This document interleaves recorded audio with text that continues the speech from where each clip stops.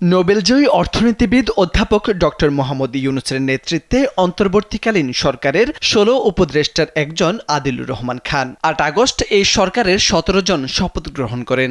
তখনই আলোচনায় উঠে আসে আদিলুর রহমান খানের নাম। কিন্তু কে এই আদিলুর রহমান খান? জনমনে তাকে ঘিরে জানার তীব্র আগ্রহ রয়েছে। আদিলুর রহমান খান একজন মানবাধিকার কর্মী এবং মানবাধিকার সংস্থা অধিকারের প্রতিষ্ঠাতা। তিনি বাংলাদেশের একজন আইনজীবী এবং সাবেক ডেপুটি অ্যাটর্নি জেনারেল। তিনি ২৩ ডিসেম্বর ১৯৫২ সালে সিলেট জেলায় জন্মগ্রহণ করেন। আদিলুর রহমান খান ঢাকা বিশ্ববিদ্যালয়ের আইন বিষয়ে পড়াশোনা করেছেন। তিনি লেফটেন্যান্ট জেনারেল হোসাইন মোহাম্মদ এরশাদের বিরুদ্ধে গণতান্ত্রিক আন্দোলনে অংশগ্রহণ করেছিলেন। স্যান্ডেলিনা সো, রূপচর্চায় আভিজাত্য।